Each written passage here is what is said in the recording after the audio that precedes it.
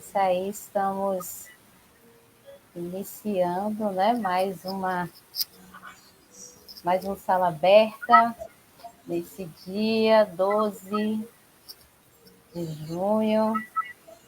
Dizem que é o dia dos namorados, né? Mas é o dia também do amor, o dia de falar com quem se ama, independente de ser namorado ou não. O amor está sempre aí. Já temos alguns amigos, né? Podem ir dizendo boa noite, se quiserem. Zé Carlos, Débora já estão presentes, né? Como diz, Zeca, Denise, minha amiga querida, Débora, minha nova colega. como diz Maria Luísa, o uso de tolerância nas lives, né? Então a gente espera mais um pouquinho até iniciarmos. Deixa eu ver uma coisa aqui que eu queria ver se eu falava. Deixa eu ver se eu encontro. As pessoas vão chegando, Robson, aluno, Mirlendo também já chegou. Robson tá aí? Ai, que lindo. Gosto muito dele. Fabiano Cataldo. Ora, queridíssimo. Obrigada, Zeca, pelo linda.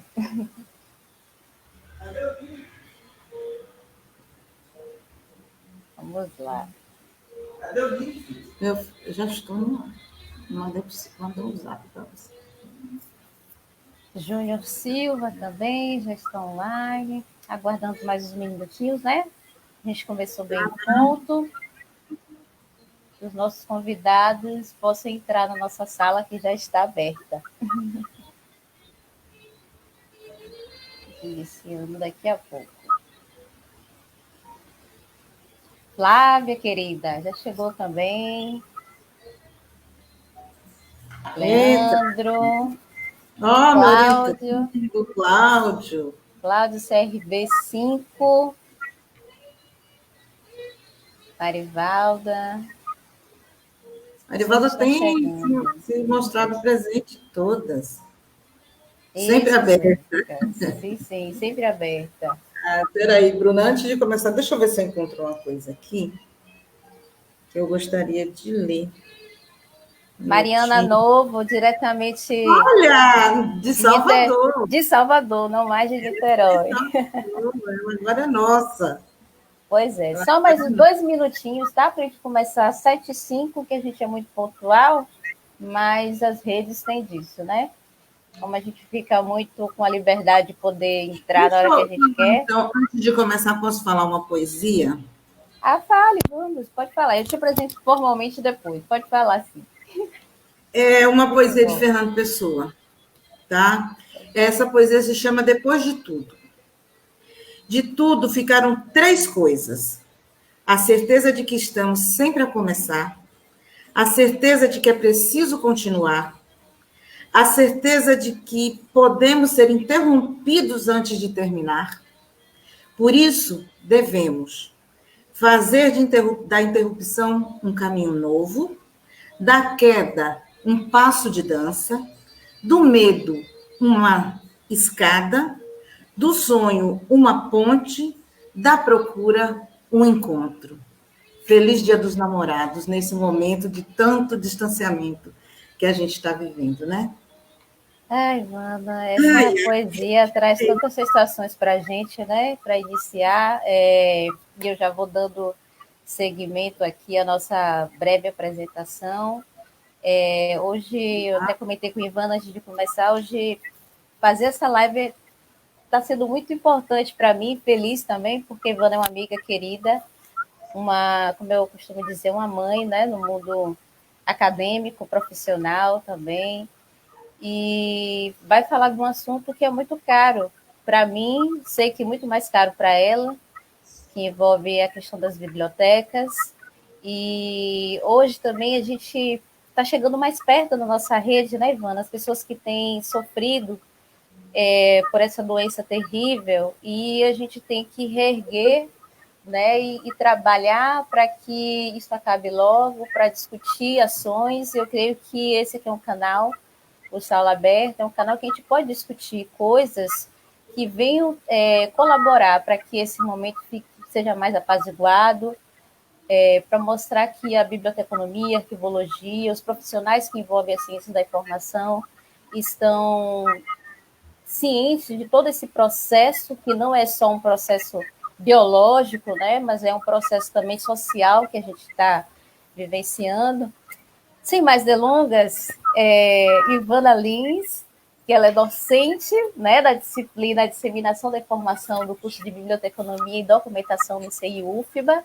Ela também leciona a disciplina Ação Cultural e Educacional nos Arquivos, no curso de Arquivologia, também no ICI. Ela é doutora e mestre em Ciência da Informação pela Universidade Federal da Bahia, especialista em leitura, possui graduação em Biblioteconomia, bibliotecária, né, pela Universidade Federal da Bahia, foi diretora da Biblioteca Pública do Estado da Bahia, atualmente coordena o Sistema de Bibliotecas Universitárias da UFBA, o CIB, é vice-líder do Grupo de Pesquisa de Difusão do Conhecimento, Apropriação de Saberes, Acesso e Uso da Informação na Sociedade, que é o Difusas, e é também vice-coordenadora do Biblioteconomia AD, que vai ser disponibilizado logo as aulas pela UFBA, né, para alguns municípios baianos.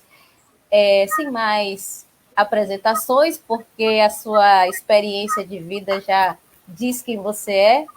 Ivana, você está com a palavra para nos falar hoje sobre esse tema tão importante, que é como olhar para o futuro sem conhecer o passado, políticas públicas e bibliotecas no Brasil.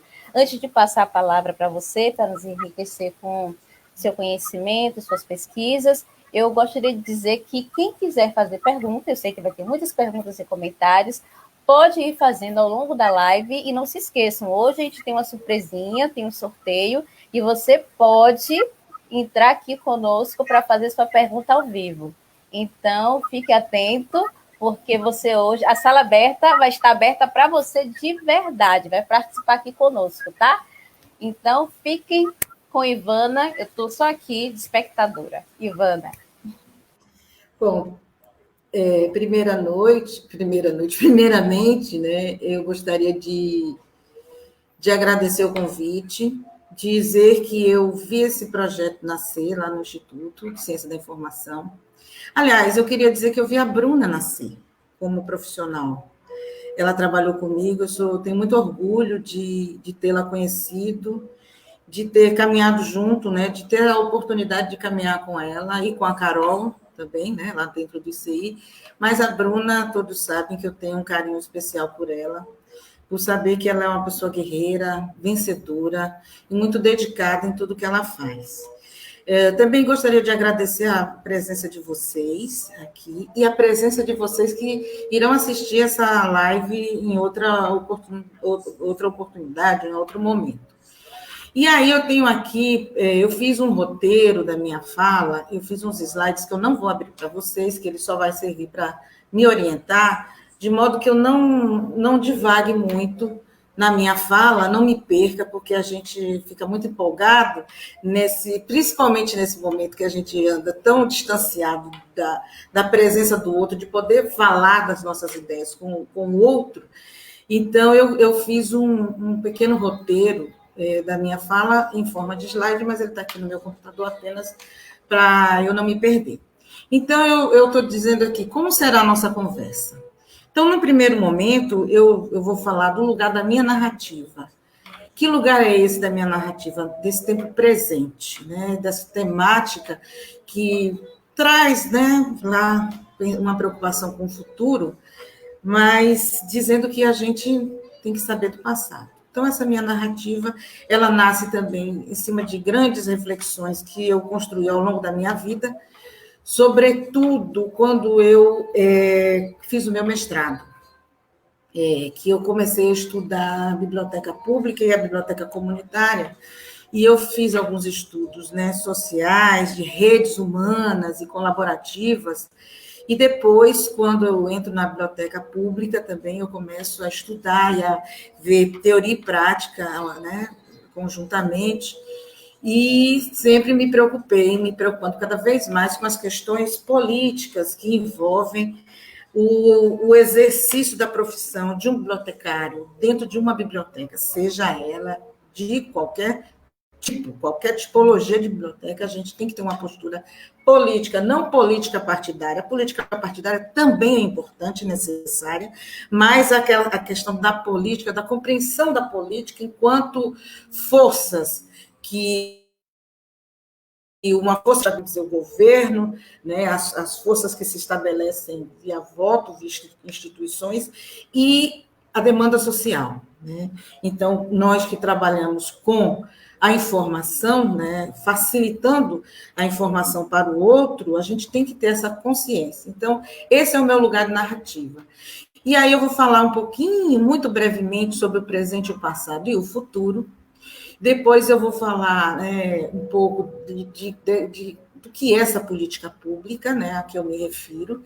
Depois eu vou falar um pouquinho de fazer um recorte cronológico das bibliotecas no Brasil, da política cultural, porque as bibliotecas públicas, elas fazem parte de uma dinâmica da cultura de qualquer país. Então, a gente precisa ter esse conhecimento, é necessário que a gente tenha esse conhecimento para a gente poder compreender o nosso lugar de fala.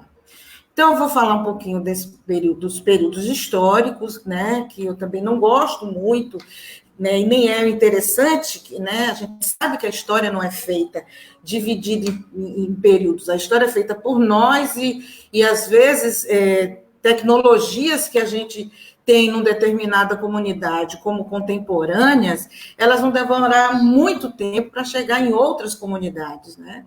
Os indígenas, enfim, outras comunidades menos favorecidas economicamente. Também, aí depois eu vou falar desde a chegada dos portugueses ao Brasil até os dias atuais, mas isso é muito breve, tanto que eu fiz os slides justamente para não me alongar. E aí, no final, eu vou retomar essa questão do nosso passado, futuro e presente. Então, de onde eu venho? Né? Eu venho, e todos vocês vieram de um passado. Né? Efetivamente, nós não viemos de agora. Há toda uma construção entre as pessoas, entre as coisas, entre as paisagens. Nada é estático, tudo está em constante mudança. Então, temos passado, presente e futuro. Né? Este tempo, né, que nos permeia, que permeia a nossa jornada. E, na maioria das vezes, nós acreditamos que o futuro é uma extensão do presente, né? É apenas eu estender minha mão e aí eu já estou no futuro. E parece que o futuro ele está sob meu domínio a partir dos meus planejamentos, né? Dos meus desejos, das minhas empreitadas. Mas não é bem assim, né? O que a gente está vivendo desde dezembro no mundo? Né? Algo que não foi pensado. Em nenhum pesadelo humano a gente imaginou que passaria por este futuro, neste presente que estamos vivendo. Então, os quadros sociais reais servem de pontos de referência para a reconstrução da memória. Então, eu estou me propondo a falar desse percurso histórico porque a gente precisa compreender este nosso presente. Ele não é dado, ele é processo. Enfim, e aí, estou um pouquinho nervosa, senti minha voz tremendo aqui agora, porque é a estreia. Mas, enfim, eu queria compartilhar com vocês, porque às vezes me incomoda um pouco a gente ver essa preocupação. Acho que a gente vive numa sociedade extremamente ansiosa. E há uma preocupação muito grande, sobretudo neste momento, da gente ter uma perspectiva do que vai ser depois que a pandemia for controlada. E a gente não sabe. A gente vai devagar, a gente vai imaginar, a gente vai desejar, a gente pode até planejar, mas efetivamente a gente não tem o domínio, porque o futuro não é uma distensão do presente. E aí eu vou começar agora, já efetivamente, falando o que vem ser uma política pública. Então, uma política pública, ela é um conjunto de ações, decisões tomadas pelos governos, tanto nacionais, estaduais, municipais, com a participação direta ou indireta de entes públicos ou privados que visam assegurar determinados direitos e cidadania. Uma política pública de verdade, ela só vai se efetivar e acontecer quando houver, de fato, uma organização da sociedade civil dentro de uma determinada temática, reivindicando a essa estrutura de governo avanços, modificações na sua qualidade de vida.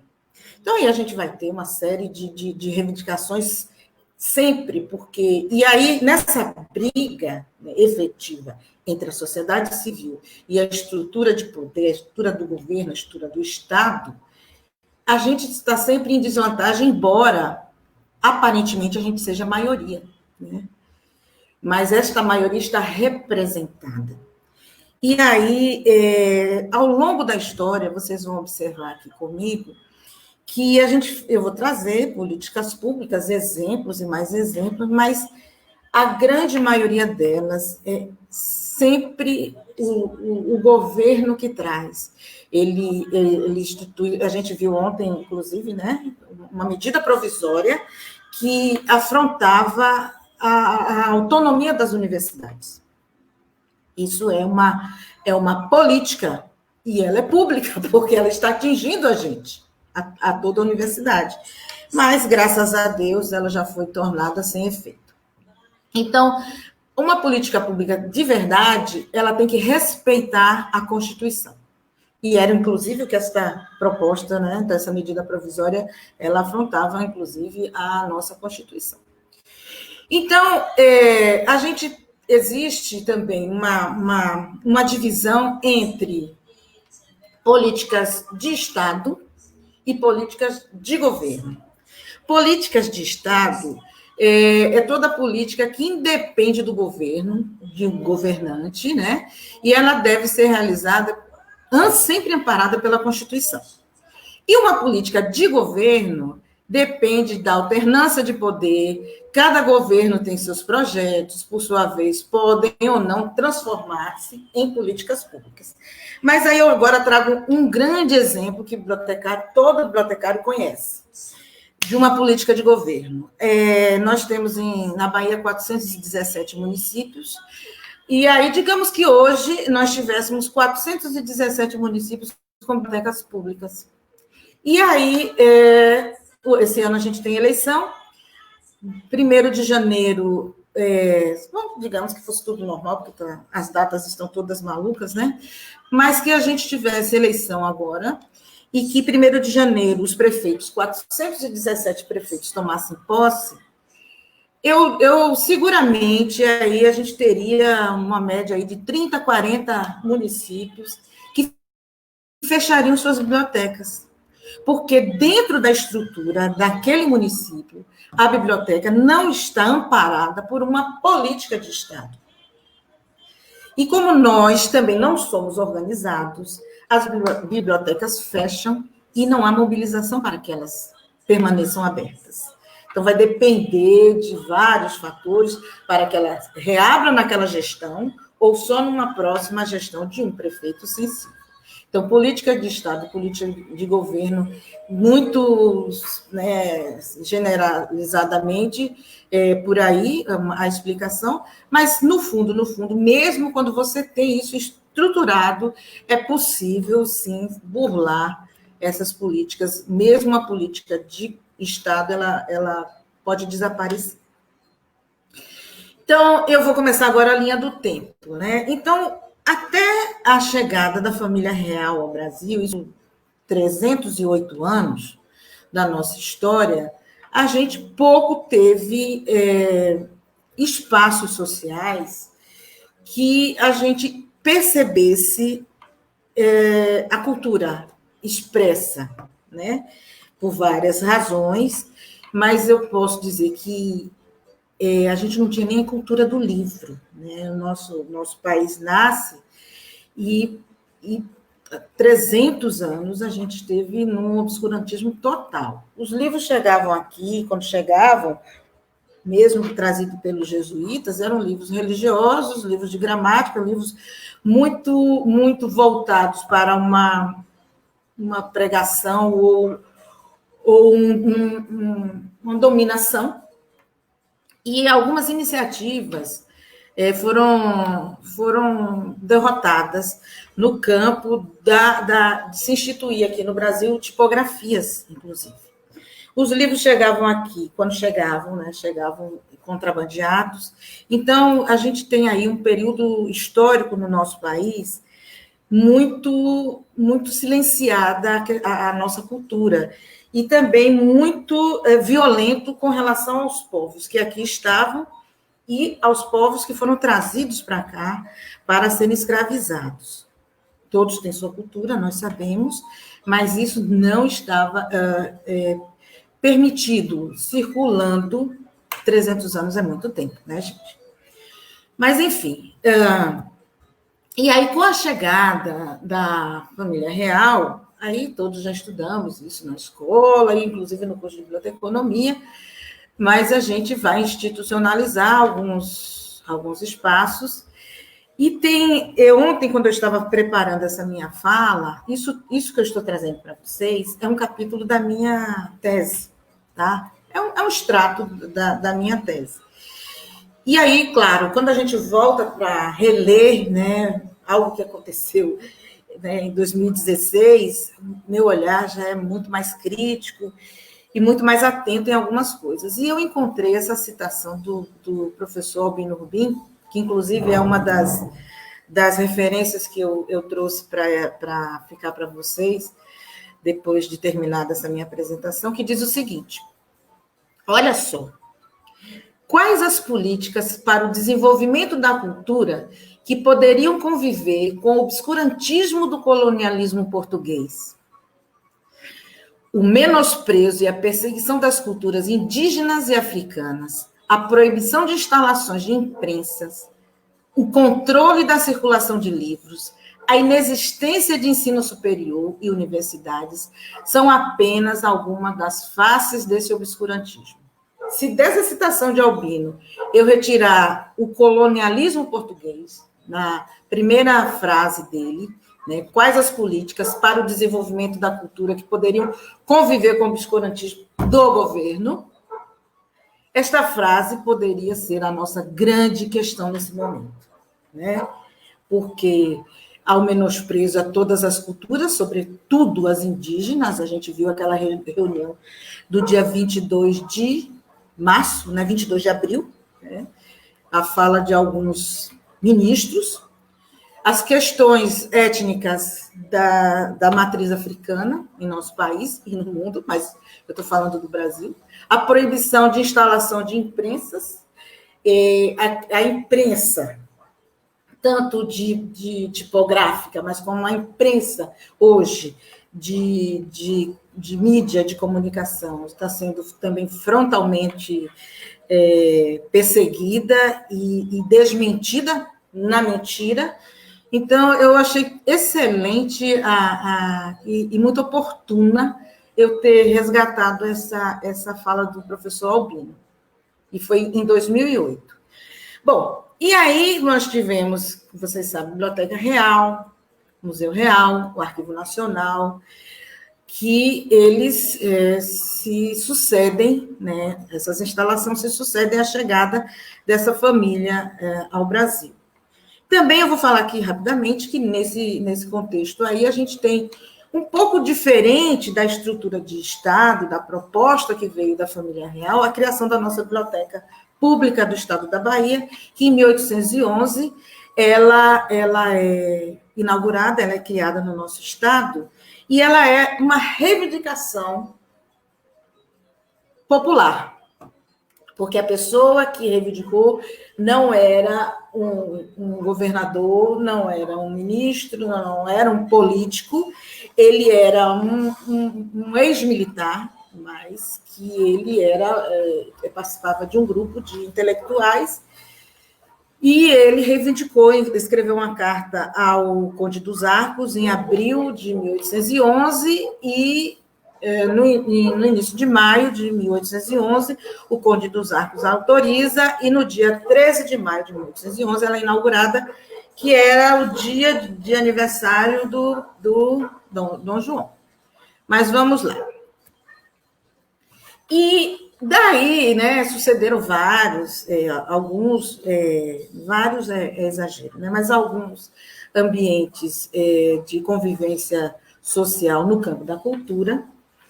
Mas, ainda assim, eu posso dizer que isso é uma política cultural? Né? Mas não foi reivindicação, né? Não foi uma pressão dessa sociedade civil. E na República, a partir da República, 1889, até os anos 30, não tem muito, a gente não vai encontrar muita novidade, não. Né? Mas já em 1935, aconteceu em São Paulo a instalação de uma divisão de cultura dentro da estrutura da Prefeitura Municipal. E eu destaco essa criação desse Departamento de Cultura, chefiado pelo poeta Mário de Andrade, porque ali acontece a biblioteca como uma política de Estado. No Departamento de Cultura, que tinha 5 divisões, uma delas era a divisão de bibliotecas, isso em 1935, e essa divisão de bibliotecas ela foi chefiada por Rubem Borba de Moraes, que vocês conhecem, que a gente estudou um pouco na biblioteconomia, e Rubem Borba de Moraes ele empreendeu alguns projetos envolvendo bibliotecas infantis, circulantes e populares. Além disso, ele na juventude dele, né, no início do século, ele estudou na França, e ele voltou formado em biblioteconomia, com as ideias de organização das bibliotecas, e ele empreende na biblioteca que hoje se chama Mário de Andrade, na época ela era apenas Biblioteca Municipal de São Paulo, e ele organiza, e a partir dessa divisão de bibliotecas, ele também estende para alguns municípios paulistas. O que é bom dura pouco. Em 1937, o país sofre um golpe do Estado Novo, e aí eles caem porque o prefeito de São Paulo não pertencia ao campo político do então presidente do Brasil, Getúlio Vargas, mas mesmo assim, Mário de Andrade ele é convidado a contribuir com o governo Vargas, e o Rubem Borba de Moraes assume a Biblioteca Nacional. E lá nesse Estado Novo, nesse período do Estado Novo, o país começa a experimentar a organização política, né, de estrutura de ministérios, eles ficam mais robustos, mais direcionados para a organização pública desse Brasil, e a gente tem dentro desse governo a criação.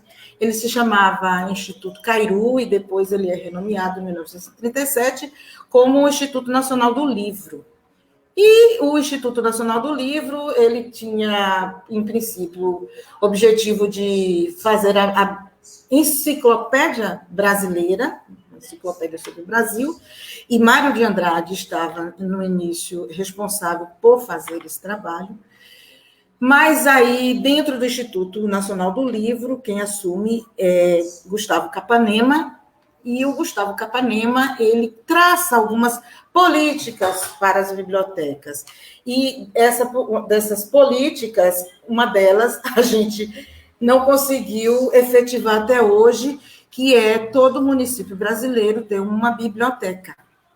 E aí vocês vão ver, quando a gente estuda isso, a gente vai ver que todos os governos, eles, exceto esse, né, que a gente está vivendo, mas ele vai ter essa ideia ou esse desejo, ou este projeto de que cada município brasileiro tem uma biblioteca, ele vai permeando todo o processo republicano. Também o Capanema, ele tem algumas ações incentivando o mercado livreiro, criado o Instituto Nacional de Cinema Educativo, o Departamento de Imprensa e Propaganda, isso muito a favor, né, do getulismo, e o DASP, que foi, né, um departamento administrativo do serviço público, que ele tinha a intenção de organizar e racionalizar o serviço público no país. E aí a gente começa a ter as bibliotecas especializadas, porque vai criar vários órgãos, e dentro desses órgãos, as bibliotecas para estruturar documentação, informação, para a estrutura desse órgão. Bom, nos anos 50, até a abertura democrática, olha que recorte temporal enorme que eu faço para vocês, que é para não ocupar demais o tempo de vocês. Vai ser esse meu próximo quadro. Então, nos anos 50, a gente tem aí um desmembramento do Ministério da Educação e Saúde. Imaginem, a educação e a saúde estavam juntas dentro de um ministério, e aí, em 1953, há o desmembramento do Ministério da Saúde, da Educação e Saúde, em Ministério da Educação e Cultura. Ó, a cultura já começa a aparecer. Depois, né, a gente tem um período aí longo de muito envolvimento de organismos privados para gerir questões relacionadas à cultura. Mas há uma consolidação das linguagens de cultura de massa. A televisão chega nesse período, o rádio se fortalece, vocês sabem muito bem disso, né? De Dalva de Oliveira, enfim. Refresco, viu, gente? Então, surge a televisão, novas linguagens do cinema, e aí a gente vai ter aí o cinema novo, já, né, no final dos anos 50, 60, um fortalecimento das companhias de teatro, e aí, já nos anos 60, os festivais de música, a gente tem a bossa nova, o tropicalismo, uma nova forma do país se manifestar culturalmente, né? Então, a gente tem, em pleno período ditatorial, a gente tem a criação do Conselho Nacional de Cultura, a gente tem a criação da Funarte e a Embrafilme, que é criada em 69. Em 1970, então, um ano bem duro, né, durante a ditadura, a gente tem a criação do Serviço Nacional de Bibliotecas Públicas, que, olha só, a gente vivia um período de extrema violência, de extrema censura, mas, mesmo assim, era possível, né, que o Estado criasse mecanismos de funcionamento da cultura. E aí, aconteceu em 1976, no governo Geisel, que tinha à frente do Ministério de Educação e Cultura um ex-militar, cujo nome é Ney Braga, e a UFBA, a nossa universidade, estava completando 30 anos de criação. Em julho de 1976, aconteceu o primeiro Encontro Nacional de Cultura. Esse evento, ele durou 3 dias, foi do dia 3 de julho até o dia 6 de julho, e ele contou com a presença de pessoas importantes, que eu não vou elencar aqui, mas muitos intelectuais estiveram presentes, e, inclusive, o ministro Ney Braga, tem na minha tese, tem um fragmento do discurso dele na abertura desse congresso, desse Encontro Nacional de Cultura, em que ele faz um destaque para a Bahia no sentido da forma como a Bahia lidava, né, no discurso dele, com as questões étnicas. E ele ressalta que é um estado muito rico culturalmente, cita alguns nomes de Jorge Amado, Glauber Rocha, enfim. Isso em plena ditadura militar, governo Geisel, ministro Ney Braga, aconteceu em Salvador, na gestão do governador Roberto Santos. Bom, esse encontro, ele teve 14... Por que eu estou achando... Eu tenho ele como algo muito interessante para nós, sobretudo baianos. Porque nesse encontro, dentro desses 14 temas que eles trouxeram para o debate, um deles diz respeito diretamente às bibliotecas, que foi a proposta de criação de um Sistema Nacional de Bibliotecas Públicas. Vocês viram que em 1970 foi criado o Serviço Nacional de Bibliotecas Públicas. E em 1976 surge a proposta da criação desse sistema como criação do sistema de arquivos e de museus, dentre outros. Mas esse Sistema Nacional de Bibliotecas ele só se efetiva muitos anos depois, em 1992. Nesse encontro também discutiu-se um pouco o desmembramento do Ministério de Educação e a criação do Ministério da Cultura. Isso não aconteceu, obviamente, estávamos, né, num período de ditadura, e a criação do Ministério da Cultura ele só acontece em 1985, no primeiro governo civil pós-ditadura militar. Mas não demorou muito tempo a nossa alegria, porque o Fernando Collor ele vai e extingue o Ministério da Cultura. Mas nesse primeiro governo civil, que foi o Sarney, né, José Sarney, o presidente, ele, quando criou o Ministério da Cultura, os ministros caíam por segundo. E depois de 5 ministros, caíram, o Celso Furtado assume, e uma das criações um dos legados do governo Sarney foi a Lei Sarney, que depois ela passou a ser conhecida como Lei Rouanet, que é uma lei de renúncia fiscal, que a gente sabe que tem sido extremamente criticada e muito mal apresentada à sociedade. Bom, nos anos 90, Collor extingue o Ministério da Cultura, mas ele cria a Fundação Biblioteca Nacional, ele cria o PROLE, o Programa Nacional de Incentivo à Leitura, ele vai criar o Sistema Nacional de Bibliotecas Públicas, e aí ele também apresenta, né, a missão de criar uma biblioteca em cada município. Fernando Henrique também, ele reforça esse percurso, né, essa demanda, esse desejo, e ele traz o Ministério da Cultura de volta. Tá? E aí ele retoma alguns órgãos que Collor extinguiu lá na sua gestão. Ele traz a Funarte de volta, a Fundação Casa de Rui Barbosa. Olha como a história vai e volta. Né? A gente está vendo aí a Fundação de Rui Barbosa sendo frontalmente ameaçada de deixar de existir.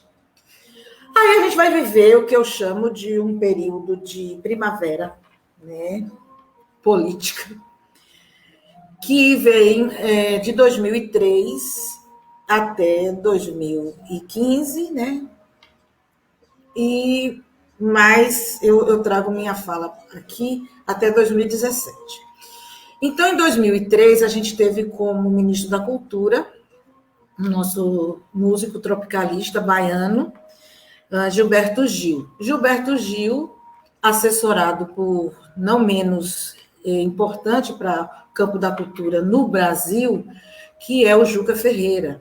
Então, os dois, à frente do Ministério, eles criaram várias possibilidades de retirar do eixo sul-sudeste a distribuição de recursos dentro do Ministério da Cultura, por meio de vários instrumentos, entre eles os editais, eles conseguem um pouquinho trazer recursos para o Brasil, e eles instituem as conferências municipais, estaduais e nacionais de cultura, que dava voz, né, nessas conferências, eu participei de algumas, era permitido que a base se apresentasse. Então, os índios, os quilombos, as comunidades organizadas, elas apresentavam dentro das conferências municipais, e que depois eram levadas para as estaduais e levadas para o âmbito nacional, propostas de políticas culturais. Então, a gente estava começando a aprender a construir políticas públicas, né? Aprender. E às vezes a gente julga muito, diz que, mas o governo Lula não foi, mas a gente estava aprendendo. E isso foi retirado, né, das nossas possibilidades de aprendizagem. E aí, nessa ocasião, no primeiro governo Lula, aconteceu em 2004, na cidade de Santa Cruz de la Sierra, um encontro de 13 líderes de governos da América Latina e de Espanha e Portugal. Nessa reunião, dentre várias demandas, no campo da cultura, sobretudo no campo de políticas de livro, leitura e biblioteca, ocorreu um acordo dessas nações de ao voltarem para suas terras, construírem seus planos nacionais do livro, leitura e biblioteca. Então, o Brasil, de lá para cá, né, a gente teve a oportunidade de discutir. Não vou entrar no âmbito de como foi essa participação, mas ela foi uma participação, em tese, que buscou o envolvimento da sociedade civil, e ocorreram chamamentos, eu fui, inclusive, aconteceu um chamamento para a gente construir a política do livro, leitura e biblioteca do Estado da Bahia, e a primeira reunião, coordenada pela nossa querida bibliotecária já falecida, Ivanise, lá na Faculdade de Economia. Então, a gente estava trilhando para a construção desse Plano Nacional do Livro e Leitura local e nacional. E temos um Plano Nacional de Livro e Leitura e que se configurou em uma lei. Essa lei é a Lei 13.396, de 18 de julho de 2018, conhecida como a Lei Castilho. Por que Castilho? Castilho, ele é um grande guerreiro pelas questões do livro e leitura, ele já foi secretário do livro e leitura, a gente já teve, inclusive, o Ali Salomão, né? Ele foi secretário também do livro e leitura, que depois se tornou uma divisão. Enfim, o Plano Nacional do Livro, Leitura e Biblioteca, ele tem 4 eixos, né, que é a democratização do acesso ao livro, à literatura, às bibliotecas, fomento à leitura e à formação de mediadores, valorização institucional da leitura e do seu valor simbólico, e fomento à cadeia criativa e à cadeia produtiva do livro. Gente, são apenas 2 anos que essa lei foi instituída e nada, ao contrário. A gente assiste, né, desconfortavelmente o desmonte de todas as estruturas construídas para que a gente tenha acesso à produção cultural do Brasil. A gente assiste as nossas bibliotecas não recebendo recurso, perdendo sua identidade, como é o caso da Biblioteca Pública do Estado da Bahia. Ela nasce Biblioteca da Bahia, ela é a biblioteca mais importante da Bahia, uma das bibliotecas mais importantes do Brasil, da América Latina, sobretudo a biblioteca mais antiga da América Latina, e ela simplesmente por uma política de governo, né, ela deixa de se chamar Biblioteca Pública do Estado da Bahia e passa a se chamar Biblioteca Central, né, e que não diz, não me leva, e acredito que nenhum bibliotecário chegue em lugar nenhum quando se trata de uma biblioteca tão emblemática, se chama Biblioteca Central do Estado da Bahia, ou Central da Bahia, nem sei, me recuso até a entender. Bom, e o presente? Né? Estou chegando ao fim da minha fala.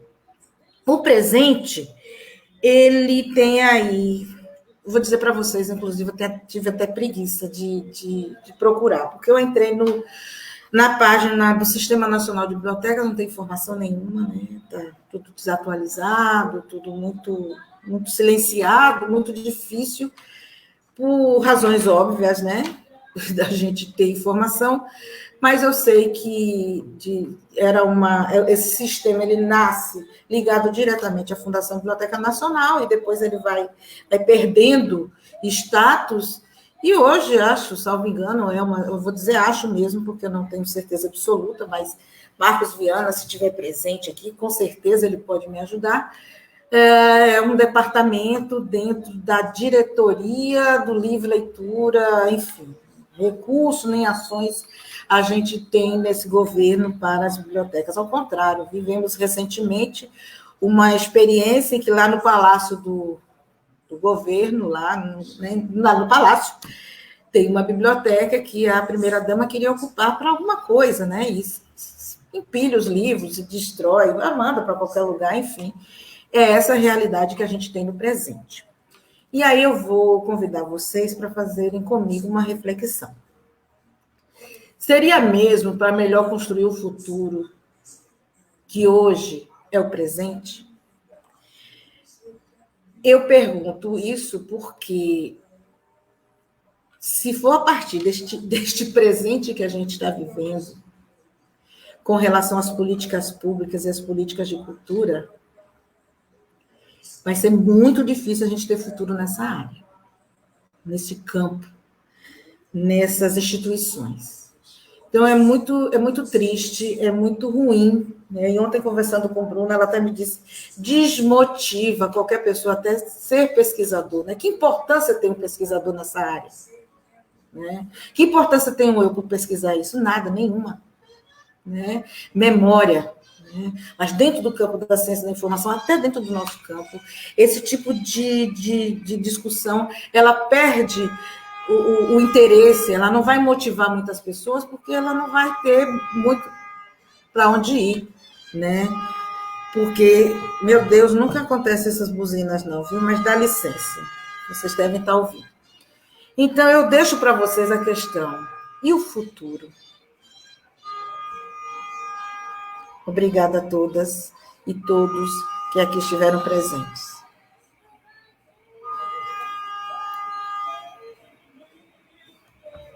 Não te ouço, Bruna. E agora, vocês me ouvem? Pronto.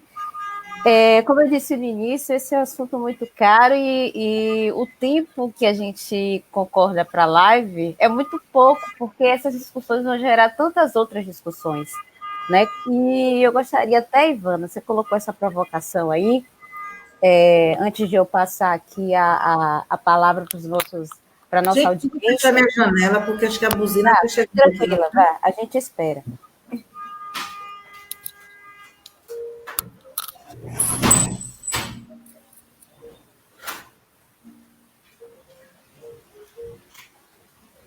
De volta.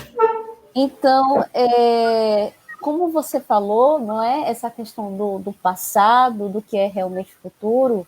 E aí, quando você trouxe lá atrás do Rubem Borba de Moraes, eu fiquei imaginando a importância de um bibliotecário à frente de bibliotecas. Está aí o Cláudio, né, do CRB, aqui presente. E como um articulador também político, alguém que vai debater isso para que realmente, de fato, existam políticas públicas. E quando você fala de políticas públicas, eu até comentei isso com você anteriormente, eu vejo um sistema. Como fazer bibliotecas públicas para bibliotecas, ou para arquivos, ou no âmbito da cultura, de todos esses organismos culturais e de acesso à informação e ao conhecimento, se não há uma política ou uma observação das pessoas, da sociedade como um todo, de todos que estão articulados com isso. É importante considerar isso, Ivana, porque eu gostaria até de pedir licença a você e ler nesse livro aqui, ó, que você bem sabe.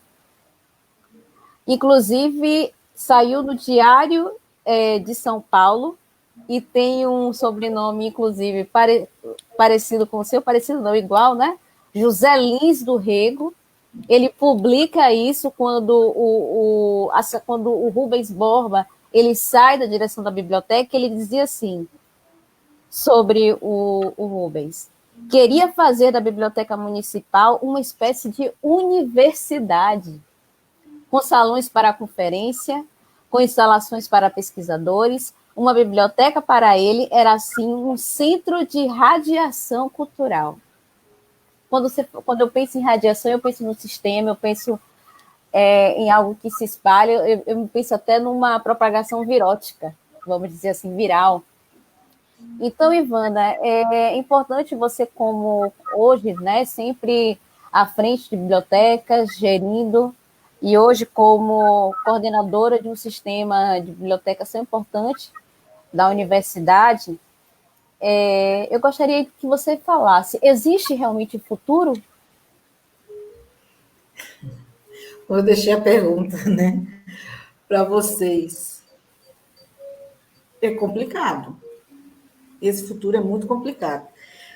Eu não vou ter nenhum pudor em dizer. Nós vamos pegar o exemplo local. Salvador, Bahia. Salvador, coitado, né? Está até muito difícil a gente trazer o exemplo, porque, sei lá, 9 milhões de habitantes, né? Quantas bibliotecas nós temos funcionando na cidade de Salvador? 2? Que futuro é esse? Depois, vamos falar de biblioteca escolar. Tem uma lei, 12.244. Lá, governo Lula, 2010, toda escola tem que ter uma biblioteca. Estamos em 10 anos para que ela fosse posta em ação. Até hoje a gente está discutindo. E vamos falar das bibliotecas do Estado. 417 municípios. Eu acredito aí que a gente deve ter em torno de 390 municípios que tem a biblioteca. Tem um espaço chamado biblioteca, que funcione, que eu vi lá recentemente, você estava presente lá em Mucugê, né? Lá em Mucugê, na feira, na Fligê, o que estava aberto? O arquivo, o museu, a biblioteca estava fechada. E isso não é diferente quando a gente viaja.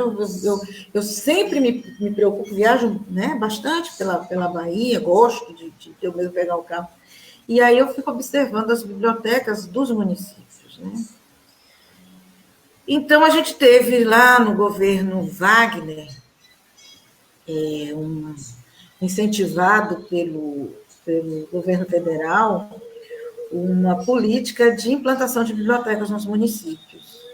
E eu vi isso, inclusive, eu sei que você trabalhou com essas implantações que a gente recebia, né? O Estado recebia coleções, recebia mobiliários e tinha treinamento dessas pessoas. Isso é o suficiente? Não. Por quê? Não tem política, né? Muda o prefeito, fecha, a pessoa vai levar os livros mais bonitos para sua casa, enfeitar suas estantes, o resto jogar no lixo mesmo. Não sei, sabe? Eu acho que não tem futuro. Não tem futuro não tem futuro se a gente não se organizar, gente. A gente precisa se organizar. A gente tem uma associação da qual eu sou vice-presidente, digo a vocês muito francamente, a nossa associação não caminha. A gente não tem quase ninguém associado. É tão barato se associar. Mas não é só o dinheiro, não. A gente não tem demanda. E a gente tem tantas outras coisas para fazer que termina que a gente nem se organiza enquanto movimento associativo. Né? Então, é muito difícil, porque as coisas, nesse campo, no campo da biblioteconomia, ela vai partir de paixões. Né? Muitas bibliotecas, existem, elas permanecem abertas, muito pela paixão de quem está à frente, das pessoas que estão ali, mas não como uma política pública. E a gente está muito distante disso.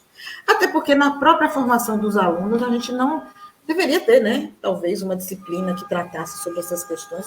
Quem sabe a gente poderia sensibilizar os alunos. Mas eu acho também que faltam disciplinas, mesmo em outras áreas, no campo da sociologia, no campo da própria pedagogia, que poderiam contribuir para uma formação mais crítica do bibliotecário, dele compreender o papel, aí sim, o papel social do bibliotecário é esse. É esse.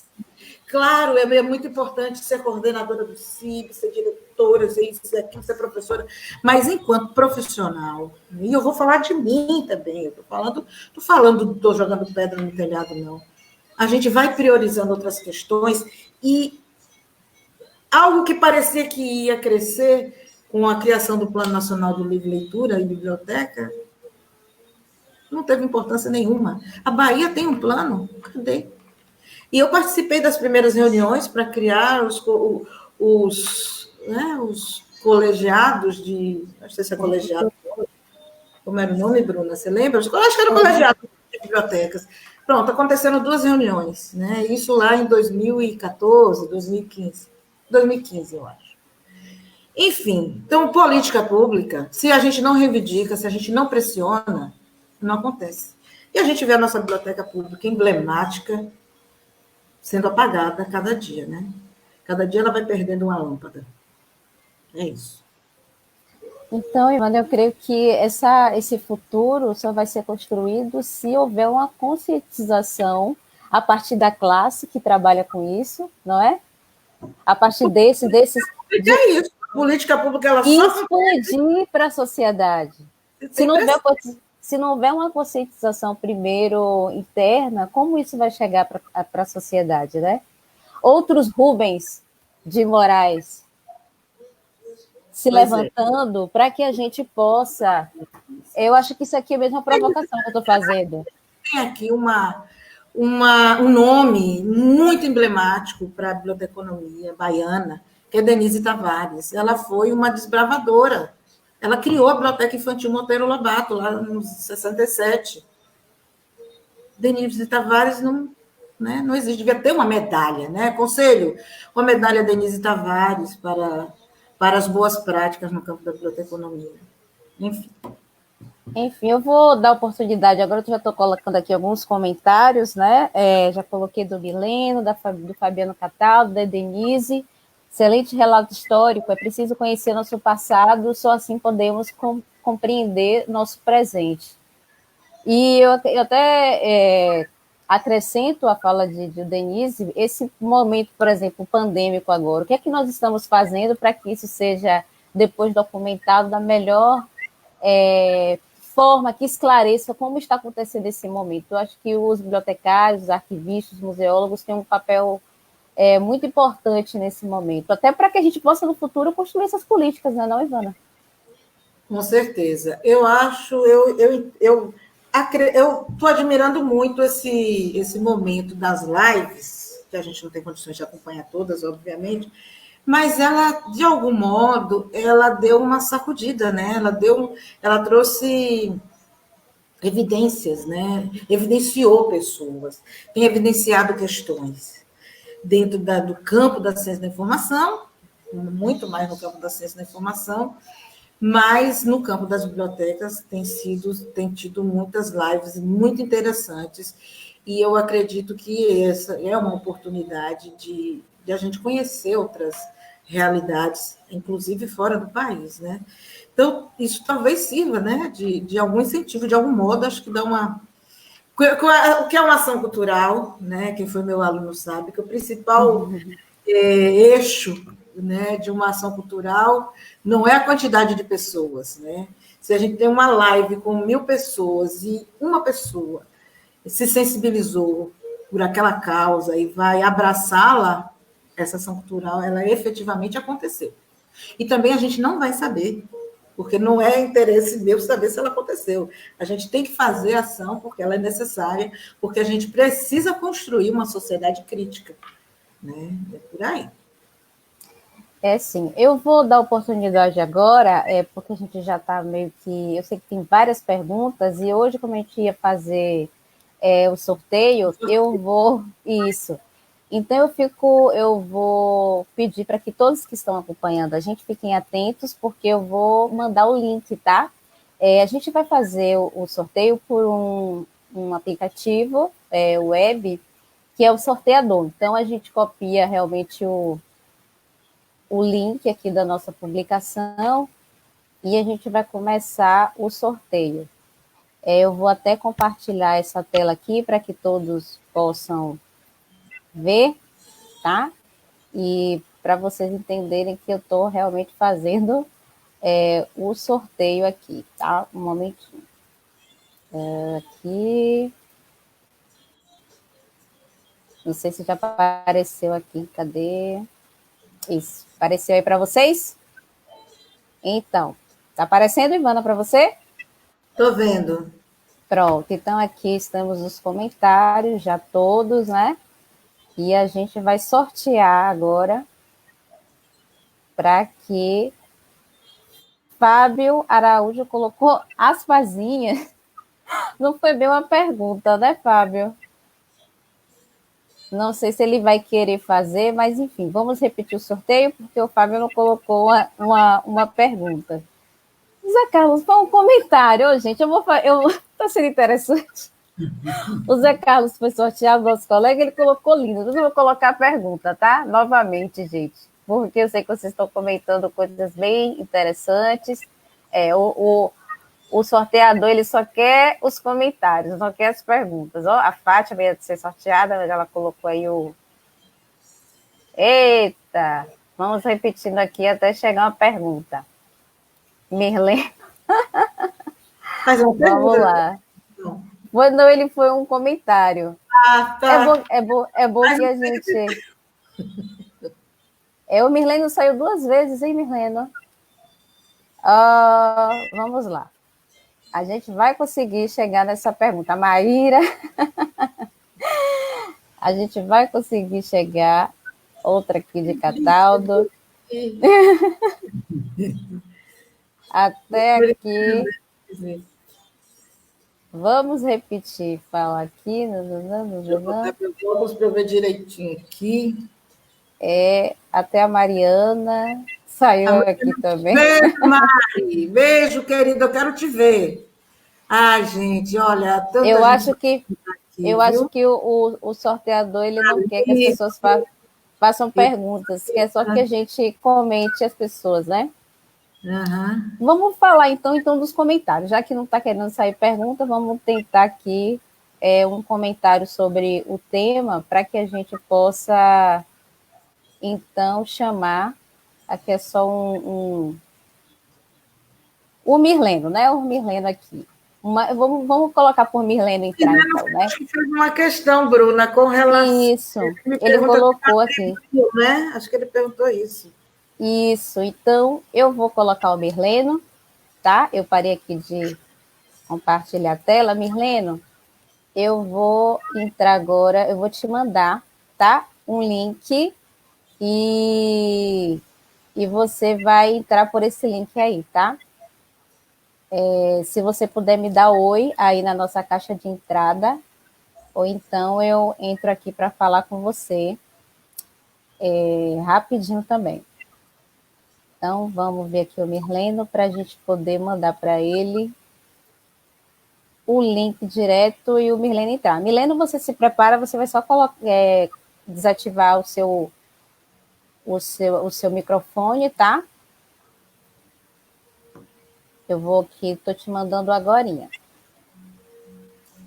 E já agradeço também a participação de todos que estão participando dessa comunicação hoje.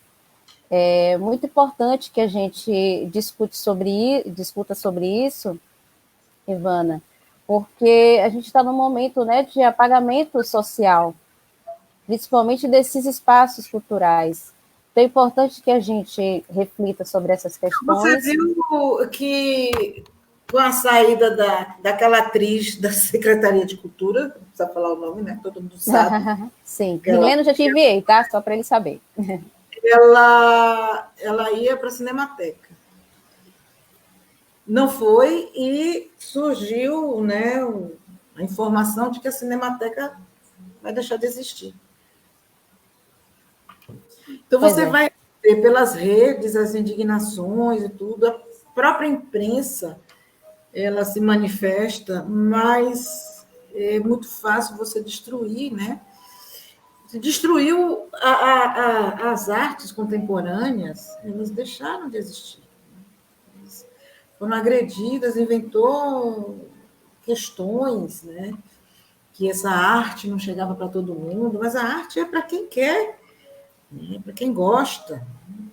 Enfim, é muito complicado esse período. Vamos lá.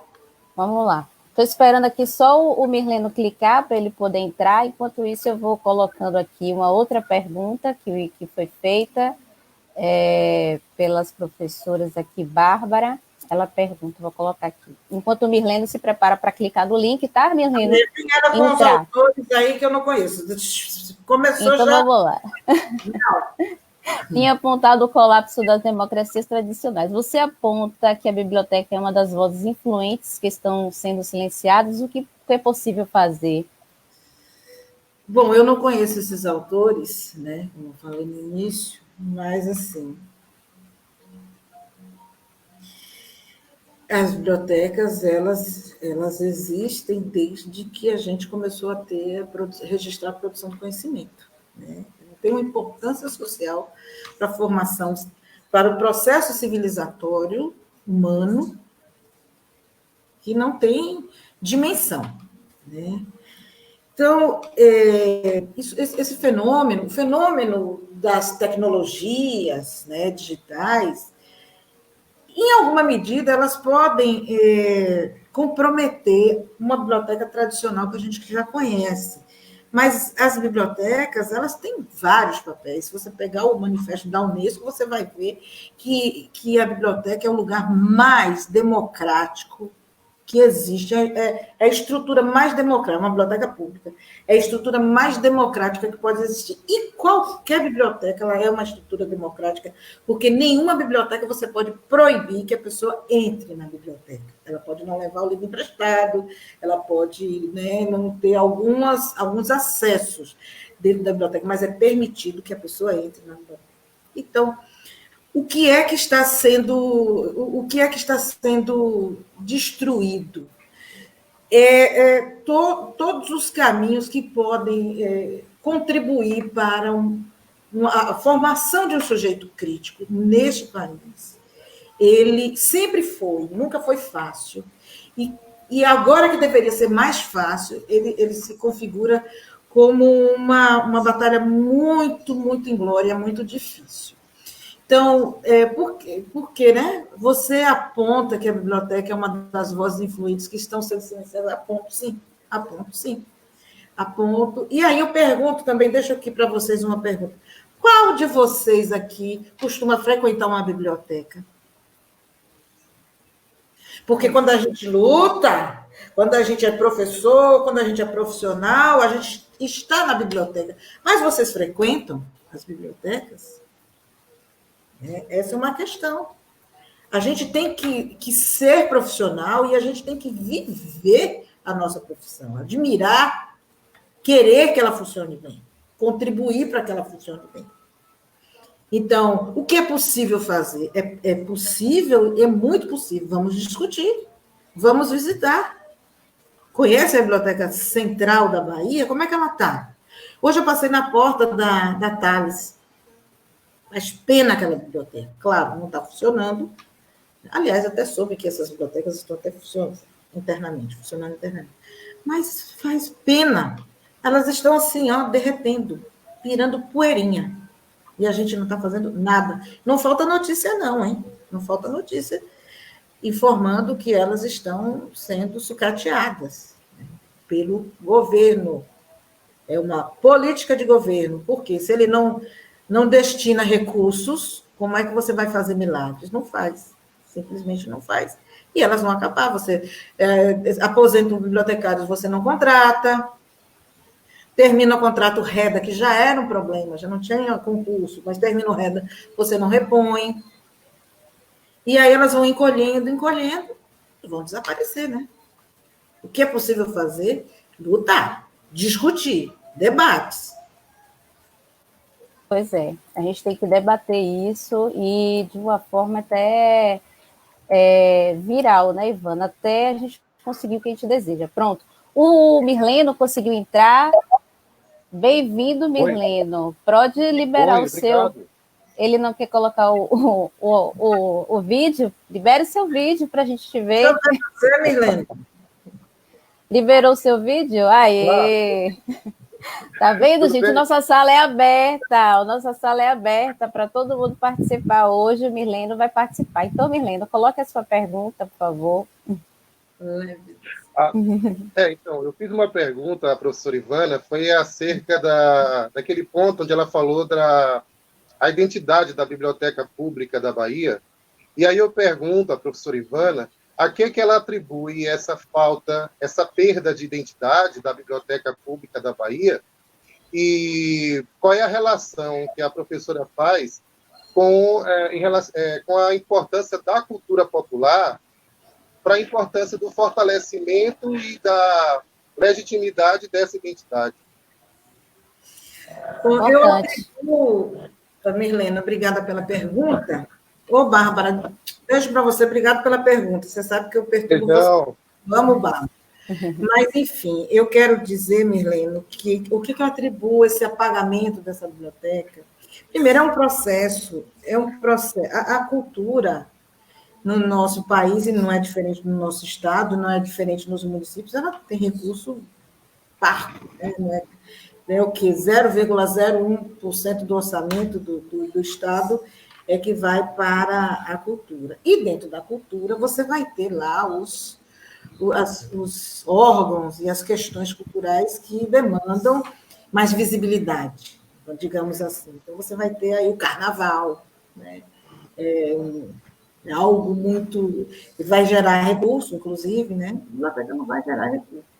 Então a nossa biblioteca eu não sei efetivamente dizer, mas eu lhe digo o seguinte: um determinado diretor da Fundação Pedro Calmon, simplesmente ele achou que o nome, que quando ele frequentava assim, pelo menos, né, eu tive a oportunidade de ouvir dele isso. Quando ele frequentava a biblioteca, ela chamava Biblioteca Central. Se você for até no livro da história da biblioteca pública, tem um livro, ela vai contar que nos anos 70, quando ela nasce, a única biblioteca que teve 2 sedes no mesmo século. Então, ela não era pouco importante, né? Ela não é pouco importante. Ela nasce como a primeira do Brasil e América Latina, e no século seguinte, em 1919, inaugura a primeira sede, que fica ali na Praça Castro Alves, ficava ali, né? Depois o prédio foi demolido. Não, na Praça próximo ao elevador Lacerda, né? Ela foi demolida, mas foi construída, inaugurada a sede dessa biblioteca belíssima, 17 mil metros quadrados, biblioteca bem construída, estruturada com modelo bem contemporâneo, auditórios, enfim, né? Um jardim lindo. Então, essa biblioteca, lá nos anos 70, ela era uma biblioteca central, ela tem lá os decretos, as normativas, né? Os marcos legais, que vão dizer que aquela biblioteca ela centralizaria o processo técnico. E ela continuava num lugar central da cidade, então, não era um bairro tão fácil acesso, né? Um lugar tão fácil acesso, porque tem uma ladeira, você sobe. Então, ela vai lá e se torna a biblioteca central, numa perspectiva de que ela ia centralizar o processo. Mas depois é criado o sistema de bibliotecas, está lá no livro, é criado o sistema de bibliotecas e ela volta a se chamar, que ela sempre se chamou, biblioteca, ela nasce Biblioteca Pública da Bahia, depois ela passa a se chamar Biblioteca Pública do Estado. Agora, a 2016, talvez, 2017, acho que foi 2017, que ela passa a se chamar Biblioteca Central. Uma questão no meu entendimento, irresponsável. E os bibliotecários, né, a gente tinha que ter ido para lá, né? Tinha que ter brigado. A gente tentou, a gente até falou, mas nós não efetivamos a nossa. Não expressamos publicamente, fisicamente, a nossa revolta, mas não está descartado, né? Eu acho que é possível, sim, a gente chega lá e diz: isso aqui não é uma biblioteca central, não existe BCEB. BP é B, Biblioteca Pública do Estado da Bahia. Se me permite, pode fazer um comentário, Ivana? Pode. Inclusive, assim, só para complementar o que a Ivana está falando, o conceito de público é demasiadamente importante. Né? Se a gente for olhar pelo conceito, eu que trabalho, né, que a gente trabalha com a questão do conceito, qual é o conceito de público? A biblioteca, quando ela surge, né, naquele momento e chega aqui ao Brasil, ela era pública, como a Ivana aqui trouxe no seu relato, mas era um público privado. Era um público para a família imperial e depois para os letrados. Quando ela vem se tornar de fato pública, isso dá um nível democrático. As pessoas podem ir na biblioteca, de toda. As pessoas negras, brancas, pretas, analfabeto, o professor, o pesquisador, todos podem estar naquele lugar. E o central é centralizador. E a gente tem que ter, inclusive hoje, nesse atual estado que nós estamos, a gente tem que ter muito cuidado com a palavra do central, né? O central, unificar, o totalizar, é uma coisa que remete muito ao fascismo também. O central. O que é o central? Uniformizar. Bruna, se a gente for no âmbito conceitual das coisas, né? Você tirar o nome por todo Estado brasileiro tem uma biblioteca pública no seu estado. Aí a Biblioteca Pública de Belo Horizonte, né, vai ser a sede, a de Minas, ela tinha o nome de uma pessoa e depois, no mesmo período que a gente deixa de ser pública, tem o nome público, passa central, Minas pega a sua biblioteca e coloca a biblioteca pública do estado de Minas, ou é de Belo Horizonte, mas elas identificam. Você vai para o Ceará, você vai encontrar, no Paraná você vai encontrar. A Bruna fez a pesquisa dela e ela sabe mais do que eu até. Né? Tem um detalhe, gente, que eu não falei para vocês, e Bruna também sabe na pesquisa dela, o Emício Aiden, que foi até o orientador de pós-doutorado de Bárbara, ele tem um livro lá dos anos 70 e que ele traz as datas de criação das bibliotecas no Brasil.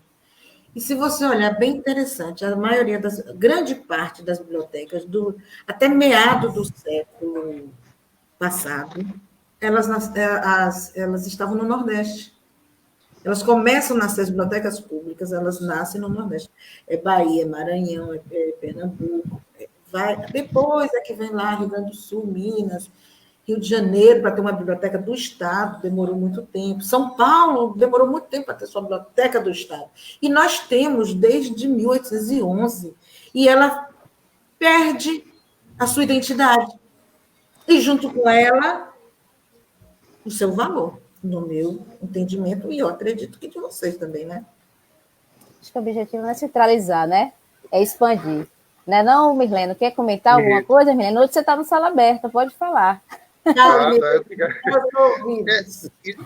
Exatamente, a professora Denise até colocou ainda agora um comentário dizendo que na biblioteca pública tem o conceito voltado para a questão do pertencimento, né? Então, quando eu falo do público e da biblioteca pública, eu estou falando desse movimento de pertencer e de me ver pertencendo e de me ver nessa biblioteca. E de quando eu me vejo nessa biblioteca, eu vejo a minha história, eu vejo a minha identidade, eu vejo o meu eu vejo a subjetividade, o jogo dessas intersubjetividades. É por isso que eu vejo também importante a relação na biblioteca pública, quando se fala do pertencimento, da força do movimento, da cultura popular. Às vezes eu identifico que parece que a cultura popular ela não se vê na biblioteca pública, ou parece que a biblioteca pública não dá muito espaço para o processo de constituição e de fortalecimento do movimento da cultura popular, e que esse casamento ele é fundamental. Ou seja, eu me vejo nessa cultura, como a professora Bruna falou, eu me vejo nesse movimento, o movimento negro, é um movimento da nossa ancestralidade, tá? E que vem sendo fortemente atacado durante uma história toda, e a gente precisa dar um basta nisso, e eu vejo a biblioteca pública como um veículo de fortalecimento desse poder do movimento e da cultura popular. Por isso é tão importante isso. Eu acho que quando a gente começar a entender, e quando a professora Ivana fala da importância do movimento associativo, é exatamente atacar, é viver, é vivenciar essa realidade. E entender que é dessa coletividade, dessa luta, que a gente pode sair desse mar de enganos, né? Então, era isso que eu queria comentar. Oh, quer comentar alguma coisa, Ivana, do Mileno? Falar com ele aí. Mileno, nesse tempo dessa primavera que eu falei, né, começou em 2013, durou tão pouco nessa primavera, mas ela há de voltar. O presidente da Fundação Pedro Calmon era o professor Biratan Castro de Araújo, a quem eu devo muito do meu aprendizado por essas questões de políticas públicas e aprendi tudo de uma forma muito leve. E o professor Biratan, quando ele me nomeou diretora da biblioteca, ele me pediu uma coisa: Ivana, vamos fazer dessa biblioteca uma biblioteca popular. E aí nós conversamos, se você passar na porta da biblioteca, você vai ver como que ela é bonita, né? Aquela frente de mármore, essas escadas de mármore preto, no capricho. Agora, uma grade, né? Então, e onde está o nome da biblioteca? Dentro do jardim, é um B. Você não encontra na fachada. Então, muitas pessoas vão passar por ali e não sabem o que é. Aí nós fizemos uns banners, a biblioteca está de braços abertos. Não sei se vocês chegaram a frequentar essa biblioteca nessa ocasião. E a gente começou a levar a biblioteca para a rua mesmo. Fizemos a lavagem. A lavagem não era pela festa, era para a gente ter uma oportunidade de estar ali celebrando de uma maneira popular, né, a biblioteca. E a gente estava, abrimos, naquela ocasião, por conta até dos editais, que estavam ganhando o Brasil, muitos eventos acontecendo dentro da biblioteca, vindos das comunidades distantes, né, das periferias de Salvador. E foi muito fortalecido o movimento das pessoas com deficiência, um movimento diferente do setor Braille, que culminou, inclusive, numa reivindicação deles ocuparem a biblioteca como um todo, né? Porque o Braille não é um setor acessível, né? Ele é um setor de informação para o cego, né? Então, não está tratando de acessibilidade, porque se ele for em outro setor da biblioteca, ele não vai poder ler nada, né?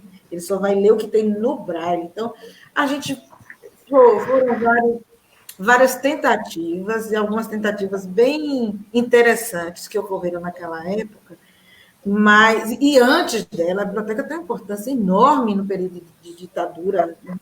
São relatos interessantes de pessoas, de movimentos que se encontravam ali, naquele espaço já, nos anos 70, para poder dialogar e, vamos dizer, tramar, né, resistências.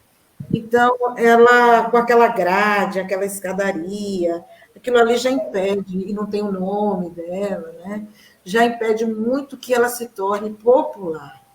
Mas ela tem um público bem cativo, né? Ela contribuiu para grandes formações, muitas pessoas de origem humilde mesmo, era e é na biblioteca que ainda encontra esse refúgio, mesmo com seu próprio material. Enfim, Mirlene, é uma questão muito complicada. Eu acho que a gente não precisava estar discutindo isso, porque não tinha necessidade de mudar esse nome. Né? Não tinha, não há uma justificativa coerente para a mudança do nome. Só que essa mudança do nome contribui para o apagamento. Contribui. É isso aí. Então, obrigada, Mirleno, pela participação aqui ao vivo. A gente vai se despedir de Mirleno, mas eu vou colocar mais duas. Obrigada, Mirleno. Vou colocar mais duas perguntas aqui, só para a gente finalizar, tá? Que é a da Daniela. Ela diz assim: qual o papel Qual o papel político do bibliotecário na elaboração das políticas públicas e na cobrança de suas efetivações? Quais têm sido as nossas contribuições nesse campo?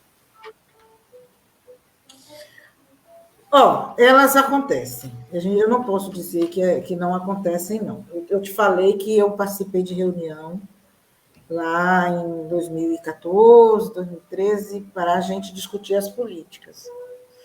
Existem, sim, convocações de reuniões para discutir políticas públicas. Existem, elas acontecem. Talvez a gente não tenha... Talvez os meios que a gente utiliza para divulgar não sejam tão eficientes, mas a convocatória, ela existe. Então, existe um ponto de partida. Mas o que acontece é que, se você pegar... Pronto, biblioteca comunitária. Se vocês não foram, vá. Quando tiver um encontro de bibliotecas comunitárias, vocês vão perceber o quanto elas estão organizadas. O quanto elas estão organizadas, porque aquela comunidade ali, ela já está alijada dos poderes públicos. O poder público não chega nas comunidades. E eles se organizam. E quando eles se organizam, eles constroem. Eles não têm grandes salas bonitas, grandes tecnologias, grandes computadores, mas as bibliotecas estão cheias, as bibliotecas têm contador de história, as bibliotecas, elas faltam quebrar um telhado, o material de construção do bairro vai doar, eles fazem bingo, eles sobrevivem, porque eles estão na consciência da importância daquela biblioteca para aquela comunidade. E o que eu acho, como foi o nome da pessoa que me fez a pergunta, Bruna? Daniela, é que a gente precisa ter essa disposição à luta. O chamamento existe, o chamamento acontece, mas a gente sempre vai priorizar outras coisas. É o que acontece. Eu tenho aula hoje, eu vou dar aula hoje, eu vou viajar, eu vou no shopping. Não quero ir para essa reunião. Entendeu? Porque a gente não está efetivamente organizado. Acho que a primeira coisa é a gente realmente se organizar. Como se organizar, não sei. Porque a sociedade civil, quando ela está organizada, ela pressiona o poder público. Ao pressionar o poder público, ele fica incomodado. E aí ele vai acenar com alguma atitude, até para querer colocar essa sociedade civil no bolso, mas ele vai sinalizar. E se a gente estiver organizado, a gente continua pressionando. O caminho é esse. Tem algumas perguntas nessa mesma linha de incentivo, de como participar, eu não vou colocar, tá? Porque eu creio que a Ivana já respondeu, mas eu vou finalizar aqui com a pergunta do Robson, que ele diz assim, que como um passado e um presente tão incerto, o que devemos esperar do futuro para as bibliotecas públicas?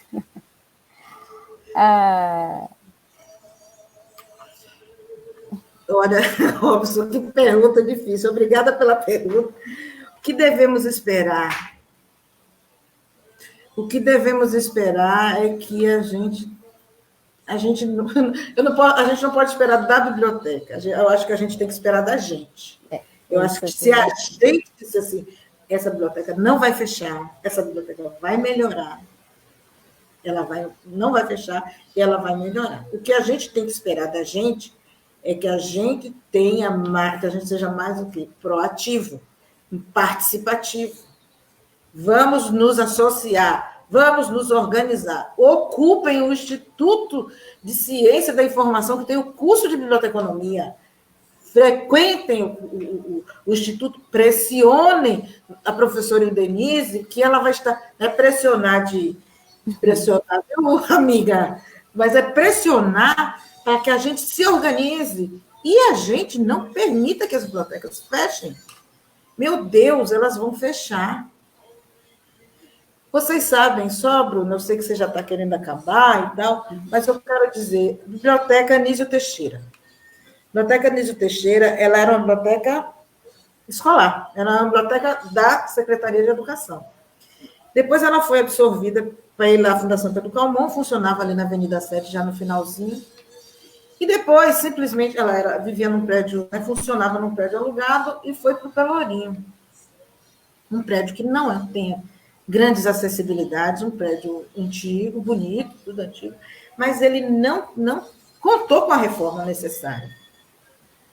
Quem é que frequenta essa biblioteca, gente? Ela está no meio sensacional. Ela está no centro histórico da Bahia. Se essa biblioteca tivesse incentivo, eu estou dizendo, recursos financeiros mesmo, né?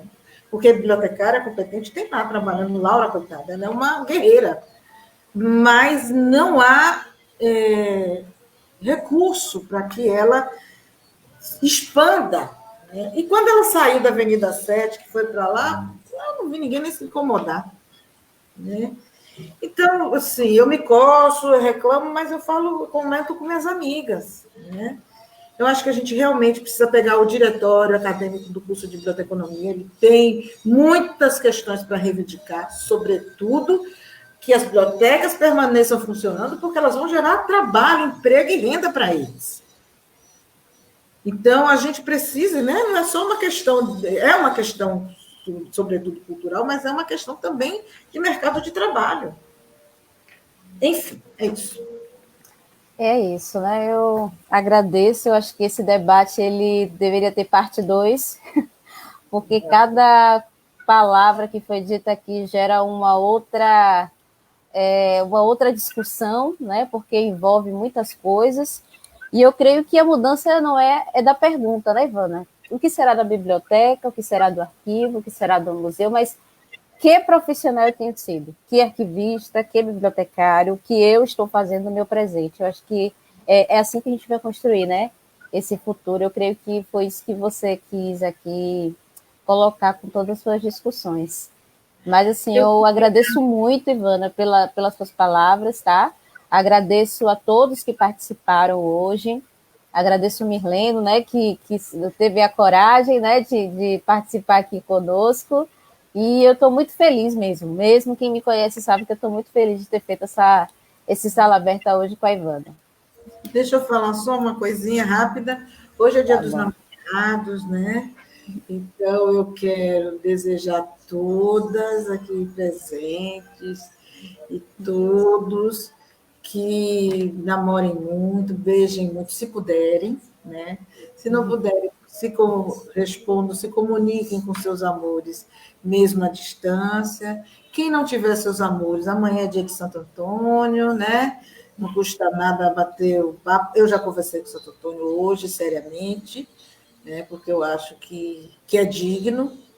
Mas eu estou fazendo essa brincadeira com vocês, gente, mas eu quero realmente, gostaria muito que vocês colaborassem com essa minha luta, né? Que às vezes é uma luta muito solitária com relação às bibliotecas. Eu não tenho muito, eu encontro assim algumas pessoas, mas eu não tenho muito com quem conversar sobre essa questão, porque tem poucos estudos nessa área. Então, aqui na Bahia.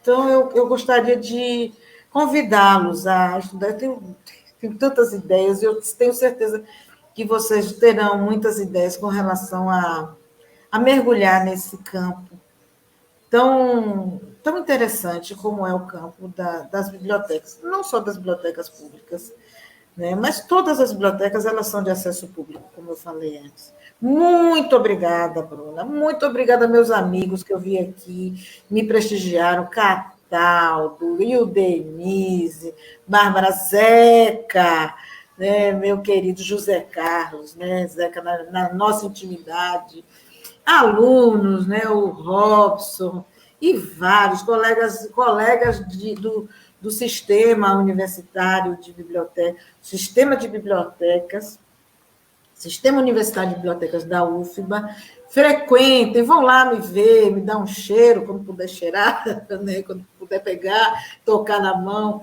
porque a gente também precisa de vocês, as bibliotecas universitárias também precisam dos bibliotecários, dos recém-bibliotecários, bibliotecários que já estão um tempo na profissão, para dar ideias, para trocar ideias. Muito obrigada, Bruna. Eu estava bem assustada com essa coisa dessa live. Não sou a Bárbara, que está aí, ó, todo dia, e outras colegas, né, que já estão com mais destreza, né, em lidar com essa coisa de falar com um pontinho de luz branco na frente da gente. E todo mundo vendo, né? Muito obrigada, gratidão, beijo no coração de todos que estão aqui. Beijo, Bruna. Beijo, Ivana. A gente não pode se abraçar, mas beijo aí de longe. Então, gente, fiquem com Deus, aproveitem aí o final de semana, o Dia dos Namorados, se cuidem, gente, é muito sério, não é uma gripezinha. Se cuidem. Beijos, até mais.